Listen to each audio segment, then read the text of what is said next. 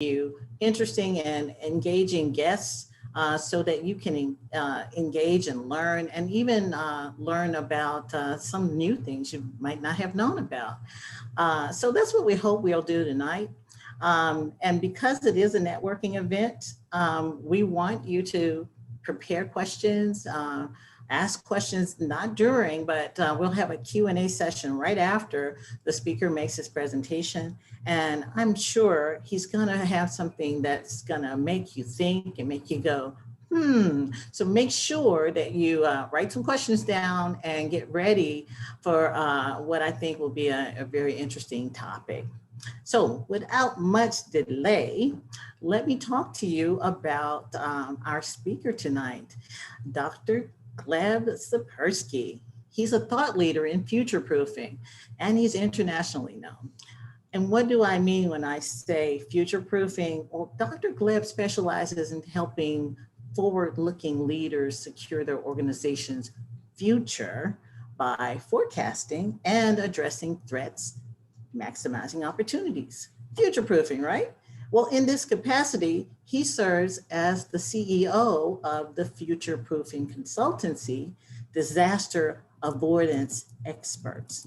He also is a best-selling author and is most well known for his 2019 bestseller, Never Go With Your Gut, How Pioneering Leaders Make the Best Decisions and Avoid Business Disasters. And that one was published by Career Press.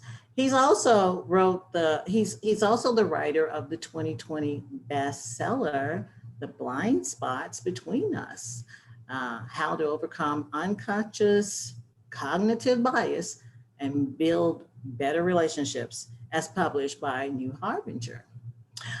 His groundbreaking thought leadership has really been featured in so many places, over 550 articles, 450 interviews, all in prominent venues. So we're not messing around when we talk about he's the expert. You may recognize some of the places you may have seen him or that I'm going to mention here: USA Today, Time, Fast Company, CBS News, Fortune, Inc. Magazine, CNBC, and so many more. So Dr. Gleb has well over 20 years of consulting and coaching and training experience. So I think you're going to enjoy him. He's also worked with some of us who are involved in startups. He's worked in startups.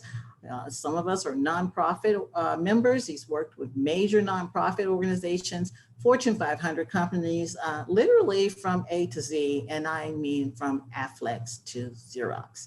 So I know that is a long introduction, but I want you to grasp just how important this topic is and how we have found someone who's really, really good at this, who can explain so many new concepts. And I think that will help us be better project managers and better leaders in our organization. So tonight, please help me welcome, although I know I can't see you, welcome Dr. Gleb as he covers the topic of unconscious bias. And I guarantee you're going to learn something new. Dr. Gleb, welcome. Thank you so much, Jeanette. I really appreciate that kind introduction. All right, everyone. So let's talk about how you as project managers can work to defeat unconscious bias. And we'll be talking about emotional and social intelligence. But first, we'll talk about unconscious bias and what that is, so that we have clear terms, right? Can't have a clear understanding without having clear terms. The first part of the presentation will be about the kind of problems we tend to run into, you tend to run into in your work as project managers regarding unconscious bias. And by unconscious bias, I mean, of course, some bad decision making we make around people, some bad assumptions. Unconscious bias means that you are somehow, for some reason, you are, without being aware of it, making an incorrect decision, incorrect assessment of some other person. That's what unconscious bias is about, to unpack that. And there are a number of reasons why we tend to do that. So we'll get to that. So unconscious bias, incorrect assessments, the problems with that is that it leads to bad decisions and problematic consequences. We don't want that. So in all sorts of situations, that's a problem for you as project managers. We'll talk about what kind of problems there are from unconscious bias, and then that's the first part of the presentation. Second part of the presentation, we'll talk about how you can identify them more specifically in your company, yourself, your team, your organization, and then what steps you can take to address them. So that's the two halves of the presentation. Some examples of unconscious bias, where it comes from, some typical situations where it arises, and then how can you identify it effectively in your context and address it effectively in your context. All right, then. Without further ado, let's get into the topic itself. Now, when you're talking about decisions, assessments of others, you're often told to be confident. It's important to be confident when you're making your decisions. As a project manager, you have to show confidence when you're trying to herd all the cats in getting your projects done, get all the stakeholders on the same side, involved, engaged. And of course, you have to make a lot of decisions around setting timelines, deciding on resources. But right now, we're talking more about the kind of decisions you make around people, which are very important decisions. And you have to be confident in your decisions. You're often told that you have to be confident. So I want to ask you about another aspect of an area of life where it's important to be confident in your driving. And Atlanta is well known as a city with not so great driving conditions. And I can, right now I live in Columbus, Ohio, so go Bucks, Buckeyes. But I grew up in New York City, so which is also not known for great driving conditions. And so I want to ask you, are you an above average driver? What do you think of yourself when you have to show some confidence on the road when you're merging into highways especially? Do you think of yourself as an above average driver or a below average driver? And we'll answer a poll question. So right now you'll be able to see a poll question on the screen. So please vote whether you consider yourself in the top half of all drivers or in the bottom half of all drivers. Are you in the top half or in the bottom half of all drivers? So all of you Atlanta folks in those dangerous driving conditions. All right, so we see that just about 90% of us voted. So Janetta says, can I have one in the middle? No, sorry, you have to be either in the top half or bottom half. That's how it works. We have only two halves. Can't cut yourself in half. This is not the Solomon. Darn. All right, so 95% voted. All right, I'll give you 5 more seconds for those who haven't made their voice heard.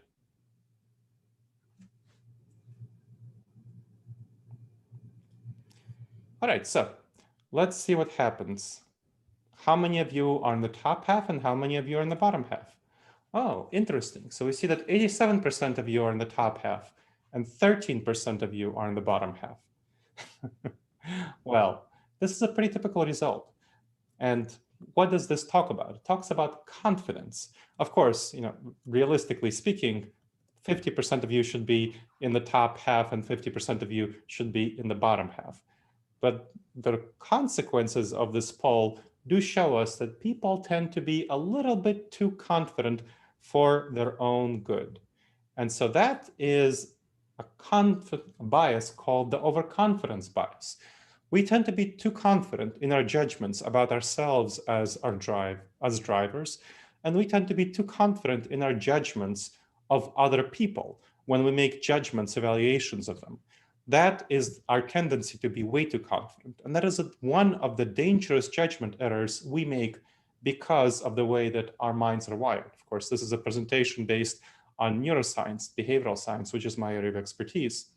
And that research shows us that we tend to be way too confident, whether we're judging other people, how good are they, how bad are they, or we're judging our driving skills, or we're judging the projects that we tend to manage.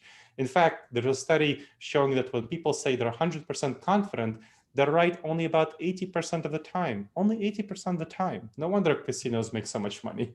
So that is a problem for us. It's especially dangerous for those with more expertise and experience and authority. So for those of you who are project managers with more expertise and experience and authority, you will tend to be more confident, especially than you should be.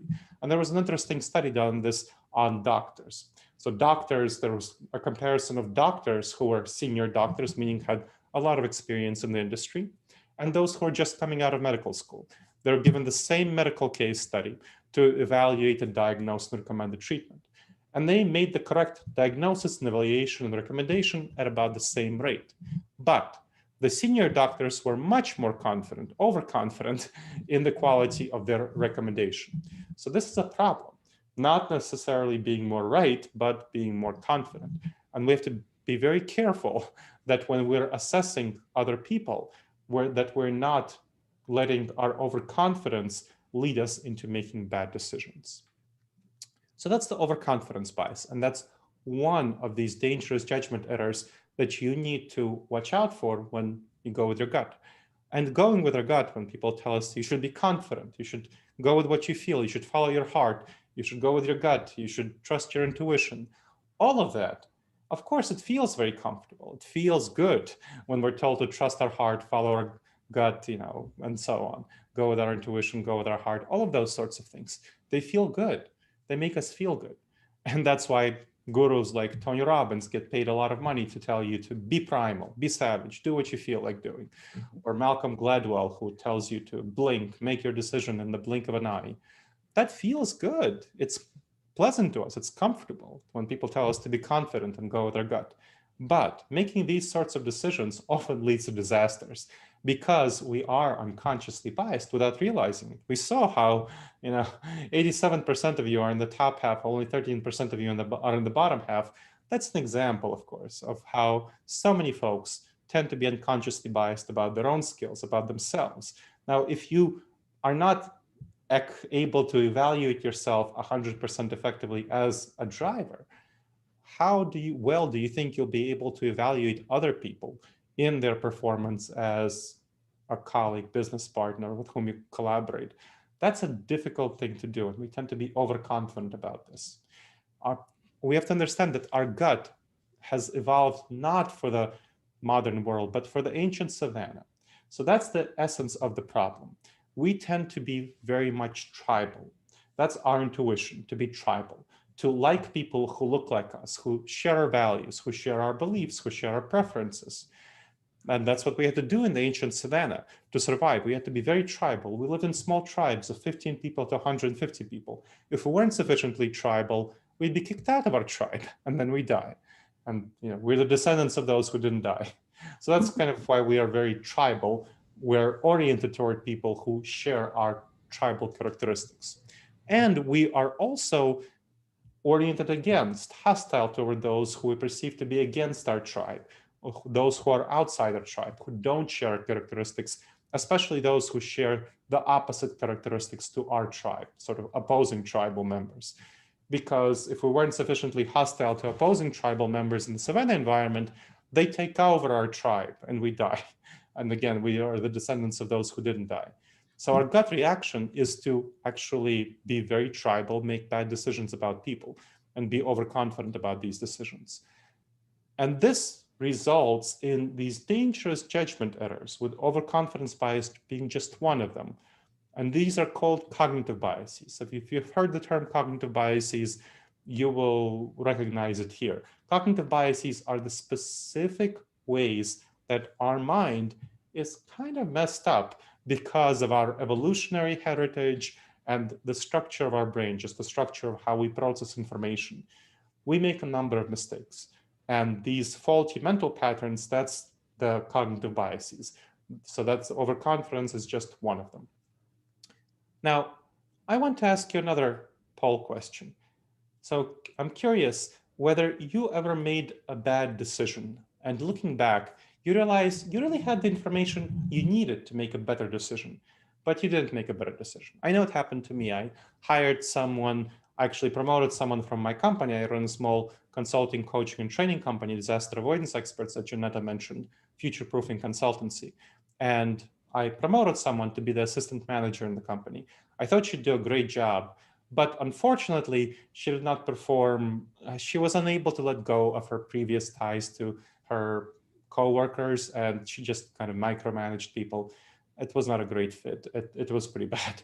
So I made a bad decision, and I realized looking back, I really should have known better. So please go ahead and vote. I see that just over half of you voted. I'll give you 5 more seconds if you haven't voted yet.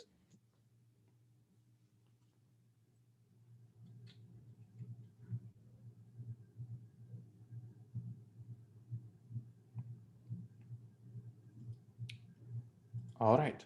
Well, we see overwhelmingly this is a total result. Everyone had this happen to them. So you can understand what I'm talking about. When you look back and you realize you had the information to make a better decision, that's an example of a cognitive bias coming into play very likely. So where your decision making was flawed because of a faulty mental pattern. All right. Now, so those are cognitive biases, and we'll talk about a couple of examples besides the overconfidence bias so you understand what I mean. Now, the first thing I'm going to talk about is something that probably many of you wondered as I started speaking. Not when you just saw me, I look like a normal white American male, right? But when I started speaking, I obviously have an accent. So lots of folks, when I start speaking, ask me, where are you from? I'll be happy to tell you that. I'm from a small country in Eastern Europe called Moldova. It's a tiny landlocked country. It's so small that it needs an arrow to point out where it is. So it's a tiny, tiny country.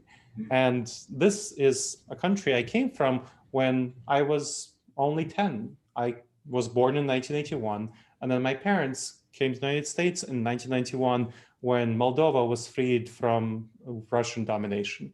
Very glad that they came, and I was especially glad in 1996 because there was a World Values Survey conducted, which showed that out of all the countries evaluated, Moldova was the least happy country in the world. The least happy country in the world. I have no idea why. It's not war-torn or anything like that. So it's just really unhappy. So I'm very glad that they left. And I settled down in New York City. I think I already mentioned that. I grew up there. It was a very multicultural city, just like Atlanta, cultural melting pot, very, very diverse, lots of people, lots of different accents. And my parents taught me to be proud of my cultural heritage. So I chose to keep my accent. I chose to not drop my accent. Many immigrants drop their accents when they come to the United States. They work on it, they can get rid of them. I chose not to. I chose to keep my accent. And that was fine in New York City. But as I left New York City, I lived in Boston. Then I went to UNC Chapel Hill for my graduate degree in history of behavioral science. And that's when I found out that my decision was kind of unfortunately a dumb decision, because I was learning about behavioral science and the psychology and cognitive neuroscience. And something I learned about is called accent discrimination.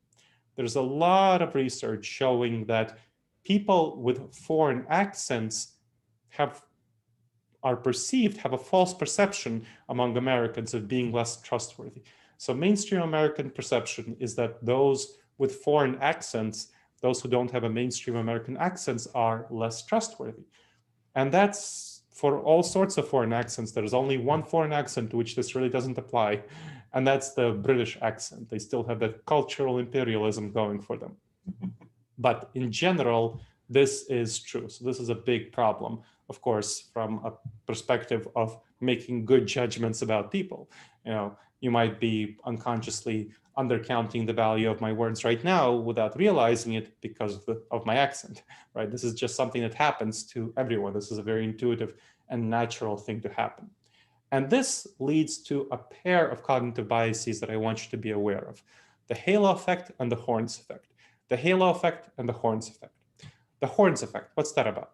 Well, that refers to your perception, our perception, anyone's perception of somebody having little horns, a characteristic that you dislike, one that doesn't feel like it's part of your tribe, one that goes in a different direction, opposite to your tribe. So somebody having a foreign accent, somebody having religious beliefs that you don't feel like you are a part of, or political beliefs, skin color, ethnicity, gender, all of these sorts of things, maybe cultural background, all of these sorts of things that are different from you.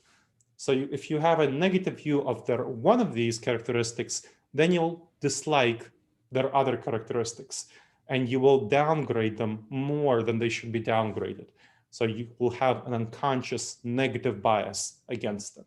That's the horns effect. The opposite of that is the halo effect. It refers to somebody having a little halo on their head. If you like one characteristic of someone, if, for example, you both share an underrepresented accent. So let's say if you are from Atlanta and then you go and you settle down, I don't know, in Boston, let's say, and you both share that Southern Atlanta accent and you meet somebody from Atlanta, then you'll have that sort of halo effect toward that person. You will have a strong affiliation sense of them, that they're part of your tribe. Or again, political beliefs, religious beliefs, ethnicity, sexuality, all of these sorts of things, abilities, you will tend to perceive them in a more favorable light than they deserve to be perceived. You will have a positive unconscious bias toward them. These are problems, the horns effect and the halo effect, that are especially dangerous for business relationships of all sorts. Now, the business relationships, because of course you're making decisions like who to work with, who to hire, who to promote, those are big decisions. And of course, you as project managers are deciding how to collaborate with people, how to work with them, how to interact with them. Those are important decisions. So those are sorts of really important decisions that we don't realize we might be unconsciously biased about. And that's something we really need to address. And so I will give you an example of how this works in hiring. And this was from a conference I spoke at before the pandemic, when we were still seeing each other in person. At the time, I was still a professor at Ohio State. And so I was talking about the hiring people. And this was a closing keynote at HRACO, which is the HR conference for Central Ohio. It's the HR group for Central Ohio. And this was the regional conference, their annual conference on diversity and inclusion. So there are over 100 people in the room talking about diversity inclusion experts, leaders at local organizations, prominent organizations like Nationwide, and so on. So that's what's happening. And something you need to know, if you don't know, that Columbus, Ohio is the home of the Ohio State Buckeyes. So go Bucks. It's really, people are big fans of this college football team from Ohio State over here. And our big opponents are the University of Michigan Wolverines up north. And so I'm asking folks in this presentation whether they would hire a University of Michigan fan or not. Now I will share my screen so you'll see what I'm talking about.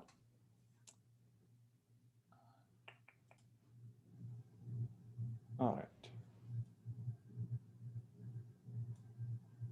So, as you know, I'm a professor at Ohio State. I'm contractually obligated to root for the Buckeyes. I'm guessing there are a lot of Buckeyes fans here, you know. Go Bucks, right? Yo, there you go. Now, how likely are you to hire a Michigan fan? See, 3 people. So there are 3 people in a room out of 100, over 100 diversity inclusion experts who would be willing to hire a University of Michigan fan. And again, these are HR experts at the Diversity Inclusion Conference. This is the closing keynote, and there are only 3 who would be willing to hire a University of Michigan fan. Now, regardless of how we feel about Michigan fans and their poor choices in which team to root for, does that indicate anything about their performance as an employee? No, I know. Come on, that no should be stronger.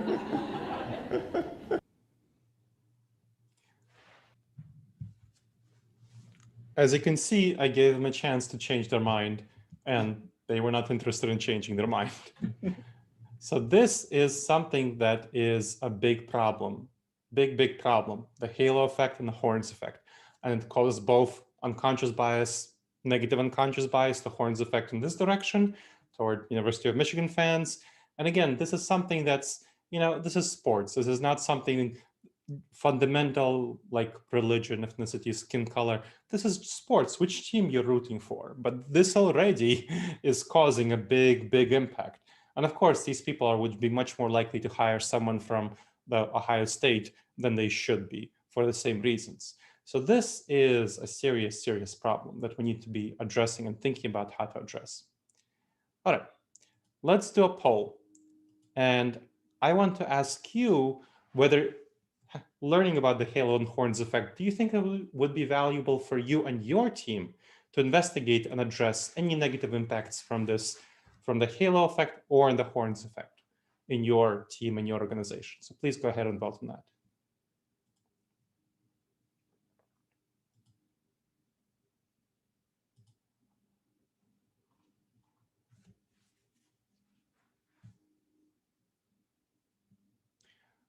And while folks are voting, I'll answer Geza's question on, the question was, these effects seem to be subjective. How something like this measured objectively where it becomes dangerous for business? It's actually pretty easy to measure objectively. When I do consulting on this, it's what we do is we simply measure and evaluate the kind of people that are being hired and promoted based on various categories. And it's pretty clear when you look at the data to see whether people are being hired, promoted, evaluated fairly or unfairly. So that's one thing about looking at the data. The other thing is about people's perceptions. So you can ask people within the organization, I will give you an assessment later in this presentation, which you can use to see how people perceive things.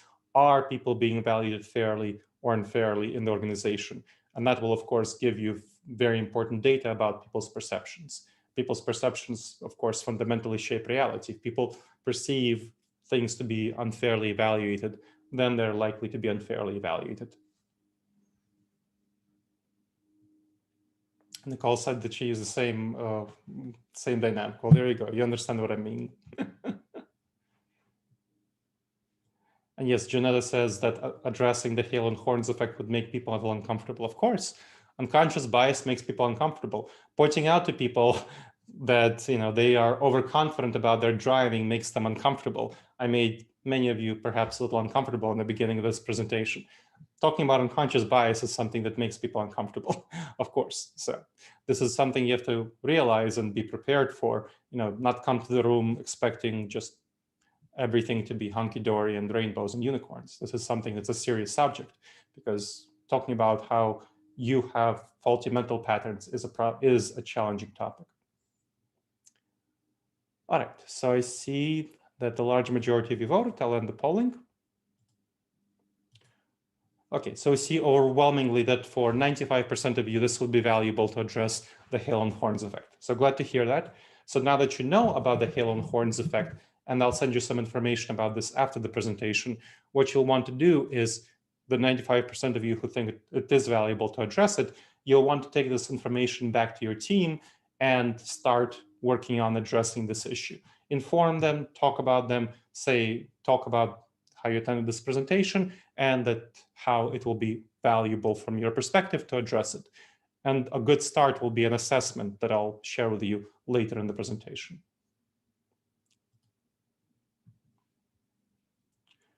So Doug asks if behavioral interviewing a technique to overcome unconscious biases. It can be, depending on how you do it. So it really depends on the specifics of behavioral interviewing. There are certain aspects of behavioral interviewing that are supported by research, certain aspects that are not. So I'm not going to go into during the presentation, we can talk about it later, but there are some ways of addressing unconscious bias through interviewing that's effective. And the most effective, kind of very briefly, approach to interviewing has been shown to be structured interviewing, where what you do is you have a series of questions and you ask each interviewee the same questions. And of course, you can ask follow-up questions within the question, but you ask them all the same questions and you rate them all on the same questions. That is a way that helps address unconscious bias, so that within kind of structured interviews. All right, let's go on and talk about another pair of cognitive biases that is important to address: the optimism bias and the pessimism bias. Optimism bias and the pessimism bias. Now, when we think about unconscious bias, we tend to think about typical categories of discrimination, ethnicity, skin color, all the ability, all the protected categories. But there are other categories. And this is one reason I brought up accent discrimination. And I brought up the Ohio State versus Michigan rivalry, because we don't typically think of these things as discriminatory, unconscious bias moments, but they very much are, and they impact us in ways that we don't realize toward other people.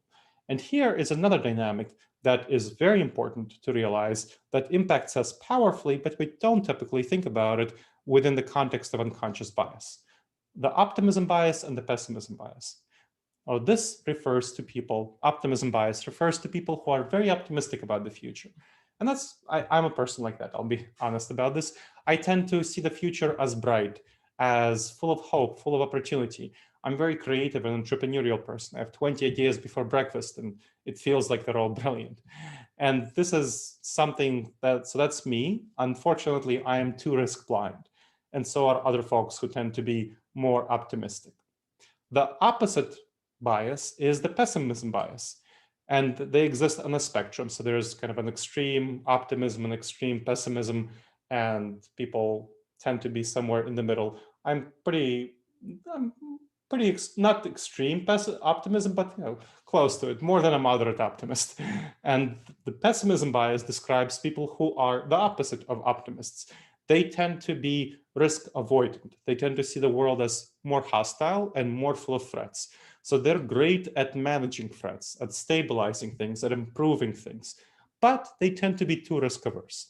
So you'll see that project managers tend to be more pessimistic than optimistic. And far from all of them, certainly there are plenty of optimistically oriented project managers, but more project managers tend to be pessimistic than optimistic. So in companies, you'll see that there are various functions which tend to attract people who are optimistic and various functions which tend to attract people who are pessimistic.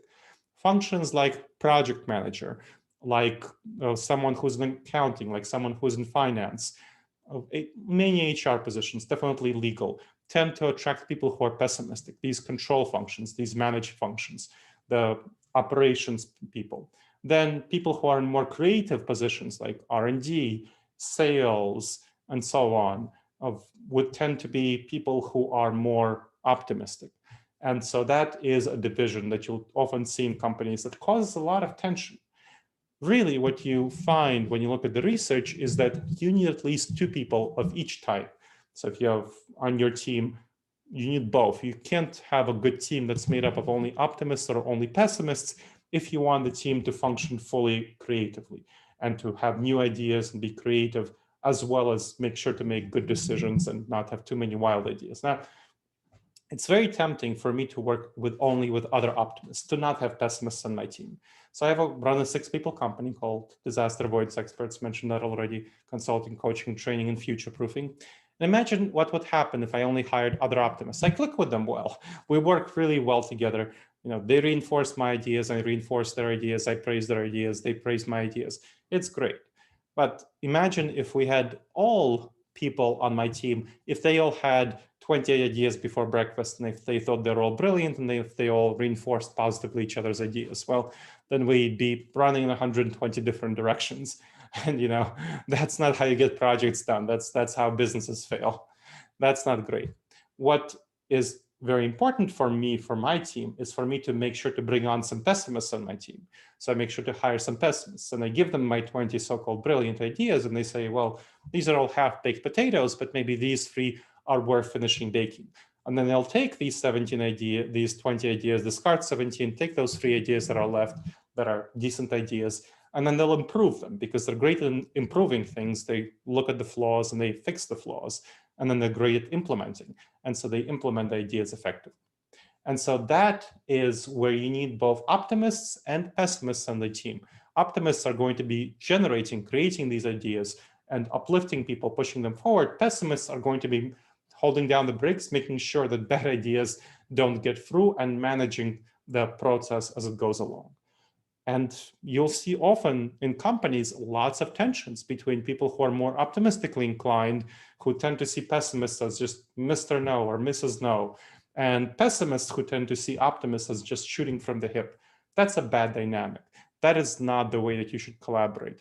And you have a lot of hostility, some horns effects between optimists and pessimists. And that's a problem. And what you want to do is what I talked about before, where you have optimists generating ideas and pessimists evaluating them and implementing them effectively. All right, so let's take a look and do another poll. I'm curious if you think it will be valuable for you and your team to investigate and address any negative impacts from this optimism bias or pessimism bias. Please go ahead and vote.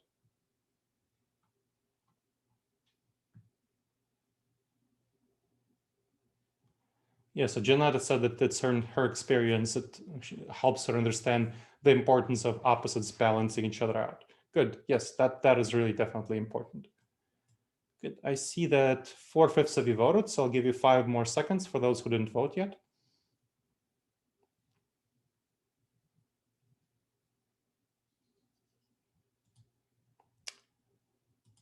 All right, great. So we see that 96% of you believe that it would be valuable, and that's excellent. I'm glad to hear that.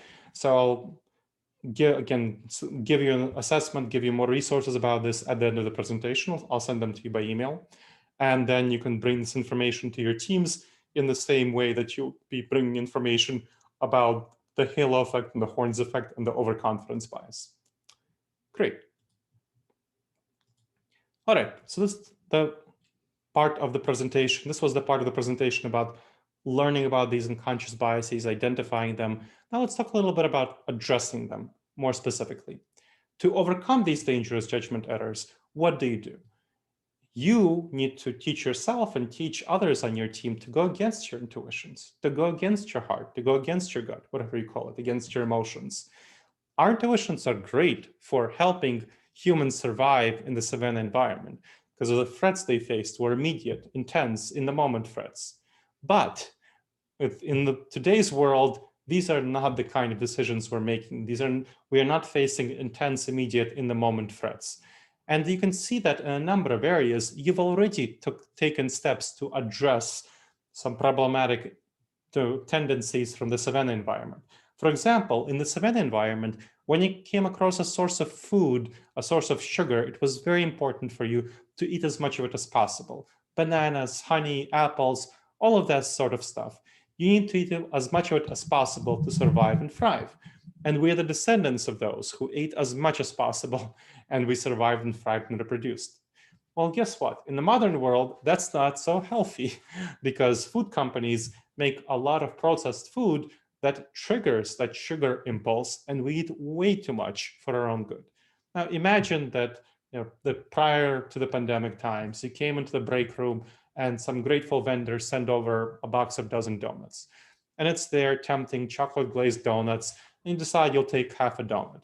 Well, then once you take half a donut, you're like, well, I don't want to leave half a donut for somebody else. So you take the other half. And then you're really triggered by the sugar. So you take another donut and a third donut. And before you know it, half the box is gone. Not that it ever happened to me, right? This is a very common tendency for us to be triggered by sugar.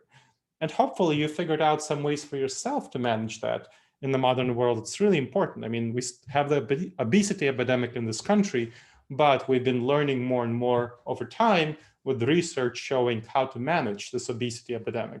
For example, to choose healthier habits, like passing by that box of donuts and going instead for that bowl of fruit that another grateful vendor sent over.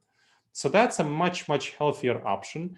And that is hopefully the kind of thing that you've worked on to manage your physical health in the modern world, whether it's eating healthy fruit or going or doing exercise and all of that sort of stuff, which is unintuitive and perhaps uncomfortable, but is very important in order for us to have great physical health in the modern world. In the same way, it's really important for us to change our intuitions in a way that's uncomfortable. It's uncomfortable to choose not to eat those donuts. You have to really you have to use your willpower to not do it. In the same way, you have to use your willpower to change your eating habits and to change the way that you use it to change your eating habits. You have to use it to change your thinking and feeling habits in order to make good judgments about people. And by now, hopefully, many of you have developed healthier habits, like choosing to eat salad or fruit, like I said. But no one is born liking salad. Babies are born liking sweets, candies, donuts, all of that sort of stuff. So we have to go against that sort of primal savage instinct that Tony Robbins tells us to be primal, be savage. No, don't be primal. Don't be savage. Be civilized instead. And choose the habits and the mental thought patterns and feeling patterns that will help you make the best decisions about your physical health and mental fitness, in order to make good decisions about other people. And to do that, you need to have great emotional intelligence and social intelligence. You need to improve both of these areas. So what's emotional intelligence and social intelligence? Emotional intelligence has to do with yourself, your self-awareness of yourself, what's going on within you, your emotions, your ability and your awareness to manage your emotions. That's what it's about. Your emotions, your intuitions, your gut reactions, all of that, your heart. That's what emotional intelligence is about. Your ability to manage, to be aware of, and to manage yourself. So that's one part of things. That's about your own, unconscious bias within you. Then social intelligence is about other people.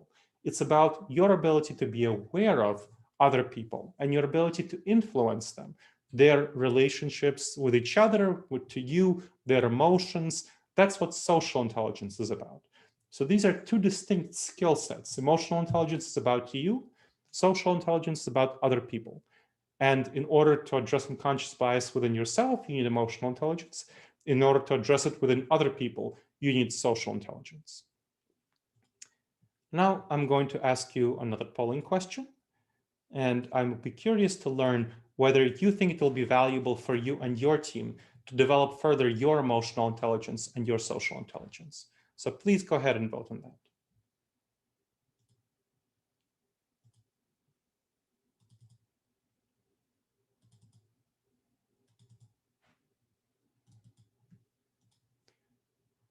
Okay, see that nearly 3/4 of you voted, so I'll give you 5 more seconds.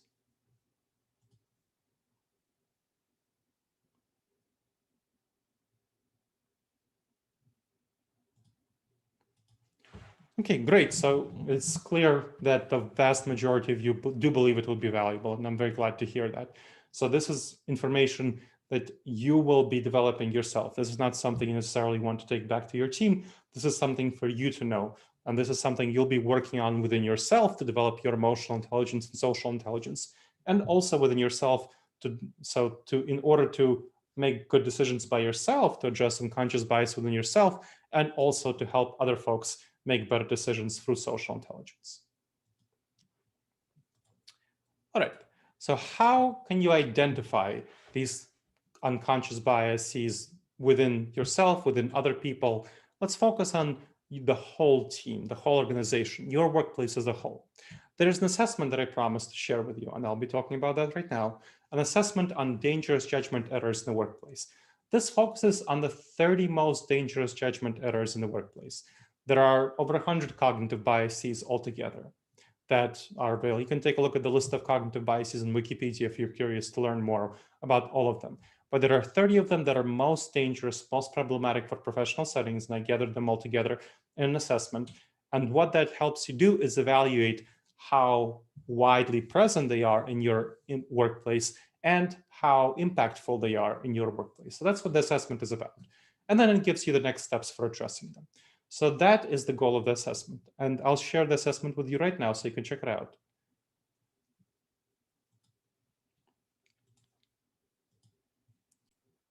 You should be able to see the assessment.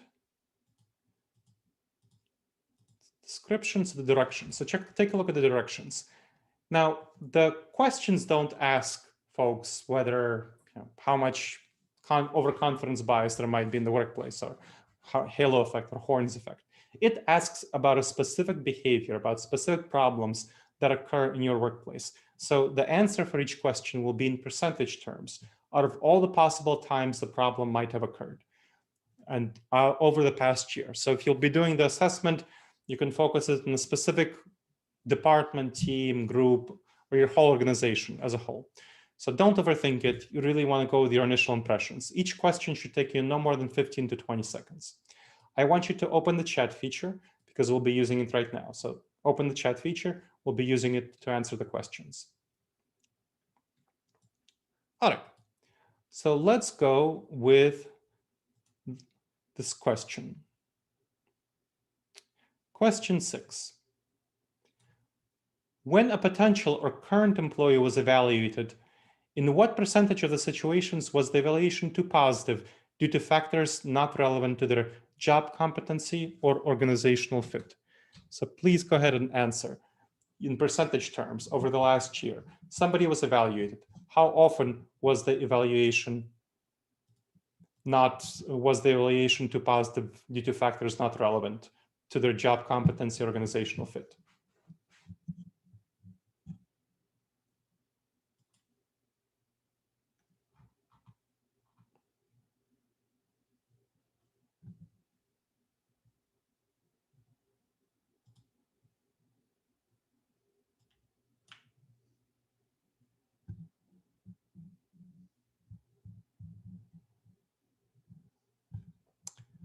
Okay, so let's see. Oh, somebody accidentally annotated it. No worries. So we have 50%, 10%, 20%, 80%, 35%, 0%, 70%, 40%, 60%, 75, 80. So a wide range, clearly. So this is clearly happens as a problem in some cases.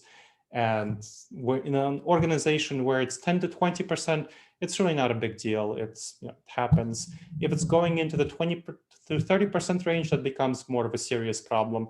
If it's getting into more than the 30%, that becomes pretty serious problem. Of course, this has to do with the halo effect. So this is a very clear problem when it's getting into high numbers, because if people are being unfairly evaluated too positively, then that's going to cause a lot of problems for the right, making sure that you're hiring the right people, promoting the right people, have the right people working in the organization. All right, let's go with another question, number 3. Think about all the significant decisions. In what percentage of cases was someone overconfident about their decision? Please go ahead and chat. 100% for someone, 80%, 70%, 50%, 65, 20, 95, 30, 75, 75, 50%, 5%. So again, a very wide range, and the same logic applies. 10 to 20%, it's not a big deal. 20 to 30, it's becoming more of a moderately issue. If it's getting 30 and above that, that's becoming more of a serious issue. Because if you're overconfident about your decisions, then you're not changing your mind when a new evidence presents itself that should show itself to that you should change your mind, and you're arguing too strongly for your decisions, you're making bad decisions. This is a problem. So these are 2 examples of questions that you'll see in this assessment, and all the other questions are similar in that regard. So somebody asked earlier about how do you get effective information about the quantitative information, non-subjective information. This is a great way to do so. So what I strongly recommend is that you use the assessment as a way of addressing cognitive biases in your organization. That's a very simple and very clear and very easy way that you can immediately bring this to your team. You can share this with them. You could say, hey, I think this is a useful tool that we should all take. How about we all take this assessment and see what the answers are for everyone? And then, of course, you discuss it. After you see what the answers are for everyone, you discuss it and have a discussion. And as a result of the discussion, you could see what are the next steps that you want to target, whether the overconfidence bias, the halo effect, Horn's effect, or many others. But again, 30 of these dangerous judgment errors that you want to address. Now, given that, do you think it will be valuable for you and your team to take this assessment and address the cognitive biases it uncovers? Please go ahead and vote.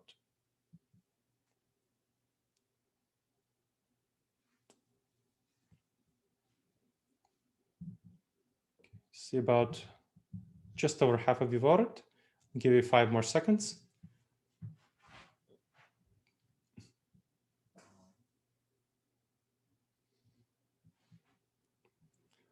All right. Great. So we see that over 90% of you would find it valuable. That's great. And I'll send it to everyone after the presentation. And then you can go ahead and you can take the assessment yourself and then share it with others, or share it right away with the others, and then have folks take the assessment together and address any of the cognitive biases it uncovers. Excellent. Then the final thing that I wanted to share with you are questions that you can use to address these cognitive biases. The one part of addressing cognitive biases, of course, is awareness. The assessment is getting awareness. Another one is making good decisions once you have this awareness. And even before you have this awareness, this will still help address some of the cognitive biases. This is a really effective technique for making quick decisions or making good enough decisions. Let me say it this way.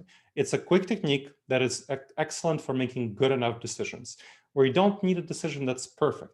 If you're hiring the CEO of your company, this is not the technique that you would use. But if you're hiring kind of a moderate level employee, this is a good technique to use. If you're deciding who needs to participate in a project as your project managers, who are your stakeholders, who needs to participate in the project, who maybe should be left out of the team, who needs to do various tasks, how the project should go, all of these sorts of questions, people relevant and not people relevant. You want to ask these 5 questions in order to avoid decision disaster and make a good enough decision. This is a very quick technique. First, what important information didn't I yet fully consider? This question has 2 important components. One is important information. Important information means that you don't want to consider all the information. You don't want to get stuck in analysis paralysis. That's a trap. You don't want to fall into that trap. So think about what information is important before you dive into the question. Then the other important part of this question is fully consider. We tend to not consider fully information that goes against our intuition, that goes against our beliefs. So you want to consider information that goes against your intuition, goes against your preferred answer, against your desired choice, much more strongly than you consider information that goes forward, because you'll naturally weigh that information that goes forward more heavily. So you'll want to give more weight to information that goes against your preferred option. If you can't prove that you're wrong, that's great. But if you can prove that you're wrong, that's great too, because then you don't make a bad decision. Next, what dangerous judgment errors haven't I yet fully addressed? So you want to learn about yourself. Are you optimistic or are you pessimistic? Maybe there are some halo and horns effect situations going on here. What kind of overconfidence issues might be going on, and various other cognitive biases. And again, I'll share with you resources for how you can learn about these cognitive biases. You want to think about which of these dangerous judgment errors you didn't address yet. Next, what would a trusted and objective advisor suggest I do? So perhaps someone who's a fellow member of your PMI group, the Atlanta chapter, who you trust, who's a respected colleague, maybe someone who's a coach or consultant that you have, or maybe someone who is a mentor in your organization, maybe someone who was a mentor when you were growing in your career. What would that person tell you to do? What would that angel on your shoulder tell you to do? You'll get about 50% of the benefit from this question, the research shows, just by asking it, taking yourself outside of yourself, asking what would you tell a trusted friend to do in this situation? And we get the other 50% of the benefit by actually going to our trusted objective advisor. So I would go to someone who's a pessimist and get their feedback on important questions that I don't want to screw up. Next, how have I addressed all the ways this could fail? So think about the ways this decision can go wrong. If you're thinking about including someone on the project management team for a certain project, think about ways it could go wrong. If this is the person you include instead of somebody else who can do the things that this person can do. Maybe this person has some tensions with others in the group. Maybe they tend to be too domineering or something like that. So think about the tensions that can come, the issues that can come. And of course, there can be problems if you exclude this person too. So you want to be thinking about these issues and think about all of the ways it can go wrong as you're thinking of making the decision. Finally, what new information would cause me to revisit this decision? What would cause you to change your mind about the decision? Let's say you're writing an important email to someone about the project that you're managing. Now, you could say something like, hey, if I don't hear back from this person in 3 days, I'll give this person a call. That gives you a very clear timeline that would revisit your decision and revise and change things. If you don't have that timeline, you're kind of waiting, you're anxious, you're wondering why that person isn't responding, if you think that they should respond. But if you do have that timeline, you're very confident about what you're doing. You're waiting for 3 days, and then you're giving that person a call. So these 5 questions, the 5 questions to avoid decision disasters, are a great technique to help you make sure that you make good enough decisions about other people and about other aspects of any project that you're managing and any other sort of decision that you don't want to screw up. All right, so with this question, let's do a last poll. Would it be valuable, do you think, for you and your team to use the 5 questions to avoid decision disasters technique to make good enough decisions? Please go ahead and vote. See that just over half of you voted. Let's give 10 more seconds to let other people have their voice heard.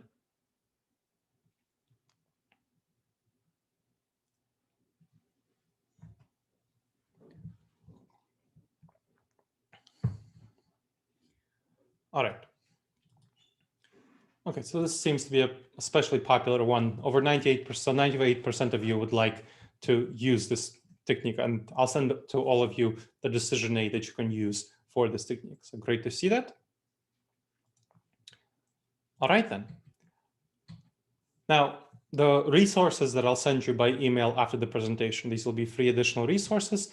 You'll have an assessment on dangerous judgment errors in the workplace, the one I showed you before, the decision aid on these 5 key questions to avoid decision disasters, sample chapters from my best-selling book on this topic, The Blind Spots Between Us, How to Overcome Unconscious Cognitive Bias and Build Better Relationships. And then you'll have an opportunity for a coaching session. I have 3 open slots. It's first come, first serve. So you'll get an email with a link that you can use to schedule a coaching session. If you click on the link and if it still works, that means that the free slots have not yet been taken. And I'll send that either later tonight or tomorrow, probably tomorrow morning. So check out your emails tomorrow morning. You'll see that in your email and you'll be able to schedule the coaching slot. Make sure to schedule it quickly because other people will want coaching too. All right then. And that's the end of the presentation. I hope you've enjoyed it, and I'll be taking any questions right now. You can put them in the chat or you can unmute yourself and we can ask questions that way. Please go ahead.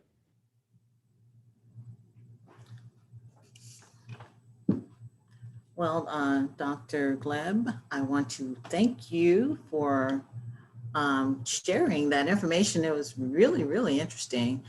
I enjoyed it, and I would like to ask a question, but I would like you guys who would like to ask questions, feel free to do so.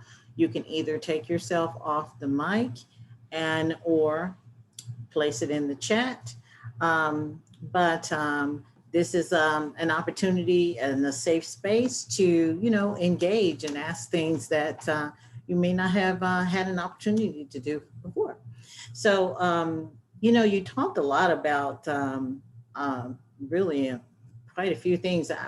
My first comment is that I did not realize there were so many biases. You said here's 30, like 30 of maybe 500, like there's so many more, but I didn't realize there were so many. And even the one you gave in the beginning about the accent bias, I think I feel that one is prevalent. I mean, I think people do have that. And I don't even know if they do it sometimes jokingly, but they do it like it happens. Yep. So but one of the things you talked about was social and emotional intelligence. And that's something we talked about in my company. We've been training the employees on emotional intelligence. Mm-hmm. But I'd like to get your thoughts on what are some of the ways you can learn to be better at social and emotional intelligence, especially if you're not realizing those things about yourself that could be issues anyway. What the research shows about getting better, first of all, at emotional intelligence. So since you're saying you're training people on that, people generally think that they're good at emotional intelligence. They think they know about themselves and so on. So you need to start by showing them that they're wrong. And that's why I started with the poll around the driving and the confidence about the driving, right? So that's an easy, safe way. No one is especially offended by being, overconfident about their driving, right? It's not a job. It's not a job-related skill. It's not something perceived. It provides pretty good psychological safety for folks.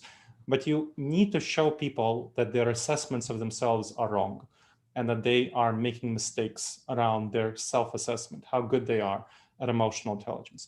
That's why I also did in the presentation about the Ohio State Buckeyes and University of Michigan fans to Hurako. That was a safe topic to talk about because everyone in that room is not fans of Michigan. And so they can understand that. And so that's, again, sort of a safe topic. So thinking about safe topics that people can gather around and realize, okay, I'm mistaken about this. What else am I mistaken about? That's the first step to really changing, because if you don't think you have a problem, no matter how much training you do, people will not get it and they will not care.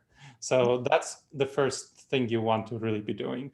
That's for emotional intelligence. For social intelligence, you want to show people that they're wrong about others. So there's, with the people in the room, and there are many ways of doing that. You can ask people in the room to do things like evaluate what other people in the room think about a certain topic. And let's say, how many of them have this opinion versus that opinion about something? And then you can poll the room and see what actually happens and see how close they are and calibrate on that and show that many people tend to be off. What you'll tend to find is that they run into what's called the false consensus effect.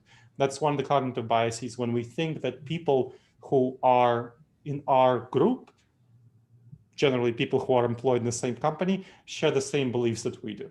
And that's really much less common than we tend to think. So you can see that going on as well. So those are ways that I would start those conversations. You really want to start by getting people emotionally invested, because what tends to happen is that if people are just presented with this as a training without caring about the topic, without being emotionally invested in the topic, then they'll just not really be into it. They won't care so much about the result. And if you don't have an emotional investment, then they will not really get the training. They will not get the benefit of it. You want to get people caring about the topic, and then they will want to learn about it, versus just kind of, taking it in as information rather than taking it in as, this is really something I need to change and work on myself. Because working on yourself, changing yourself, is a complex thing. It's not easy. It's growth, personal growth. And emotional intelligence and social intelligence is a really complex, challenging thing to grow, because you need to admit that you're not as great at being self-aware and as other-aware as you tend to think you are. That's a tough thing to admit. So that's the first thing to work on, I'd say. Absolutely.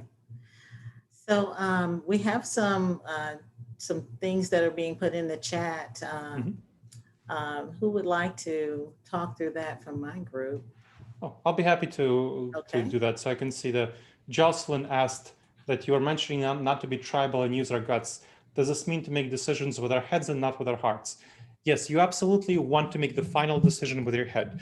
Your gut, your intuition can suggest certain directions, but you never want to trust it, because your intuition can often lie to you, as with accents, as with your confidence or lack of confidence. So certainly your intuition can suggest certain directions. And sometimes your intuition will be right, and sometimes it will be wrong, but you can't simply trust it. So the final decision, you should always check with your head before going with your gut. And if they disagree, you should go with your head. Your head is much more likely to be correct. It will not always be correct, but probability is it will be much more likely to be correct on these sorts of questions. To that point, you mentioned earlier an example with structured interviewing. Yes. That is a way to take the intuition out. I like that idea, because what you're trying to get the teams and the people to do is to use a technique or a tool that will help them give a quantitative assessment to whatever the decision is. Exactly right. Absolutely, yes. So you're going much more quantitative and you're more objectively comparing the candidates. Yep, exactly. All right, Monica asks, when transitioning to a new PM role in an entirely different part of the organization, what's your top 3 advice points for as you are doing meet and greets to make and receive first impressions and start building productive relationships? I think one of the things you want to look at is, what are your initial impressions of this other person and where might they be wrong or right? You want to look at where they have certain affiliations that you feel you share and that you feel you don't share. So what might be halo effects and horns effects you experience toward that other person. And that is something you want to be really careful about and question yourself, because those initial impressions will often turn out to be wrong. But our initial impressions tend to anchor us. So there's one of these cognitive biases is called the anchoring bias, where the first impressions we get about people tend to really stick with us much more than they should, and we don't change our minds about people nearly as often as we should. So for example, if somebody came to meet you and they just had some bad news, maybe, I don't know, their wife was in an accident or something happened, they'll tend to be off. They will not be in the right state of mind to have the best conversation with you. But you'll read signals from them that suggest that they're anxious, they're worried, that you'll be feeling suspicious of them. That's not something that's great. So you want to make sure that you're not holding those initial impressions against them too much, that you're willing to change your mind more quickly than you intuitively feel you should. It's almost like in a networking situation, you do want to find something in common in order to talk to someone about, especially if you're strangers. So you kind of do use the halo effect that in that situation, don't you? Yes, absolutely. So you're looking for a commonality, and that is a way of influencing the other person. Because, of course, the halo effect is if you find points of commonality, you're showing them that, hey, I'm part of your tribe, you're part of my tribe, and that's part of social intelligence. How do you use these to influence other people effectively? Right. So, Okay. can you be more specific about what article in Wikipedia? Yeah, so that's a list of cognitive biases that Stephen pointed out and shared in the chat. That's the list of the over 100 cognitive biases. Let's see. There's a question there from Doug. Doug says that I agree that feedback from divergent thinking is important, but it takes confidence in being vulnerable to go there. And this can be seen as weakness. So how do you overcome this? You want to start from the beginning by saying that you will look for other feedback, for divergent feedback. And so this is something that you want to say at the beginning. Before you solicit the feedback, you'll say that this is a way that we want to make sure to have all devil's advocates on the team. We want to make sure to strengthen our ideas by testing them out. And this is something that's really a great technique. I mean, the best leaders get feedback on their ideas from people who disagree with them before sharing them forward, right? And so this is something you need to have a culture in your team, in your organization, create that culture and state out front that this is a technique that we'll be using in order to create better ideas, make sure that we do our best going forward. So that's would be my advice on that front. Mm-hmm. Jean says that she trusts her heart over my head for making decisions. Okay, sorry to hear that. Well, I get it. It's like it's not easy to not trust your heart, Yeah, I mean, just you're like it's you're the not only person you know, right? sure. Your heart, your gut, your intuition feels a lot like eating those donuts. It's great. Do you trust it do you trust your gut to eat those donuts? It feels like eating them, right? It's very intuitive. It feels very good. It pulls you toward them. Yes, I understand it. I mean, it's true. It's something that you feel like you should be doing. You feel it's the right thing. Of course you feel it's the right thing. It's wired in you to feel it's the right thing. That's how our gut reaction works. That's how our heart works, our gut reactions, our emotions, all of that. It feels good. It feels right. That is the feeling. That's a very dangerous feeling. That is the basis of all discrimination. All discrimination is the basis of this feels right. People don't discriminate because they think I am being an evil person and I'm doing the wrong thing, right? That's not what people feel. They feel that this is the right thing to do. I'm discriminating because I feel it's the right thing to do. I feel this is the right thing to do. That's what the heart is about. That's what the gut reaction is about.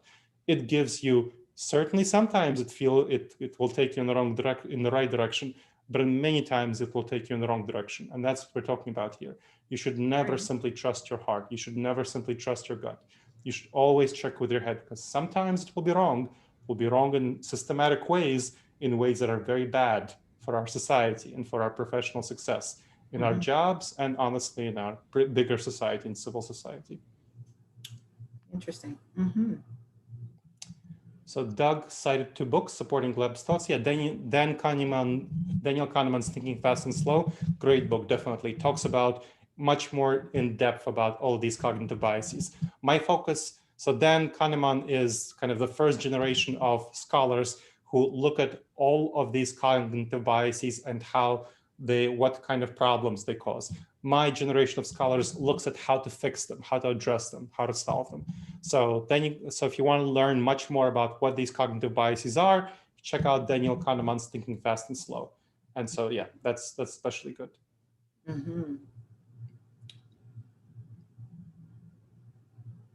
Okay, Monica says that it will be helpful for her that she's transitioning to a new position in her company, and that it will be helpful for her to be mindful and aware. Good.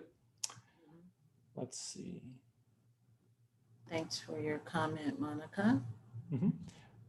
Geza asks, what advice do you suggest in interviewing when it comes down to judging how an individual will fit with the organization? Wouldn't that be a tribal decision? It would not be so much of a tribal decision if you ask the same set of questions of all the candidates. So tribalism is a problem when it's about you, because you are not going to necessarily represent the culture of your organization. So you want to be careful about that. You want to ask the same set of questions about people who are coming into the company and making that are relevant to culture fit within the organization. So I know, for example, I was working with a startup that was asking questions about, let's say, work-life balance. And given that it's a startup, you should not expect good work-life balance in the startup, but you shouldn't expect high investment and good shareholder value as if you're one of the early employees. So that was one of the questions that was about fit into the company. And that's okay. If you're an established company, then you really want to prioritize work-life balance because you're not going to be working startup hours. So that's kind of an example of a difference. For people who are especially younger people, who are especially people without families, maybe older people, they'll be fine working in a startup maybe if they're workaholics, and that's okay for them, and that's fine. And that's kind of a culture question, but other people will not be. I would not be. And so that's kind of something that you want to be thinking about in terms of fit. You want to ask the same questions of all the people. Yeah. Let's see. Cool. Okay, so there are some book recommendations, which I'm not going to be commenting about. And Jocelyn said that I don't think that people who eat donuts are following their intuition. They're following their gut. That's what their gut tells them to do. You know, it's not they're not thinking with their brain, aha, I will eat a lot of donuts to gain a lot of weight and make myself obese and, you know, have a heart attack when I'm 40. That's not what they're thinking. They're not thinking, they're feeling. They're just going with what feels right. Sometimes a good donut does feel pretty darn good, though. It does, and I'm not saying, you know, it's when you're eating half a dozen I have donuts. nothing against a good donut. Yeah, it's when you're eating half a dozen donuts that it's a problem. Okay. So are there any other comments there? I don't see any. Okay, now she wants a donut. Sure, we'll give you a donut, Monica. Oh, guys, thank you. Dr. Gleb, it was a pleasure. Lots of learnings here and great takeaways. And thank you for offering such nice resources to share with the team here in the group. We're gonna love those, share them back in our companies, and maybe be better individuals and better teams because of your talk to us tonight. So thank you. All right, so I turn it back over to my esteemed colleague, Thomas. Bye, everyone. Right. All right. I'm going to take over the share. So does everybody see my screen? Just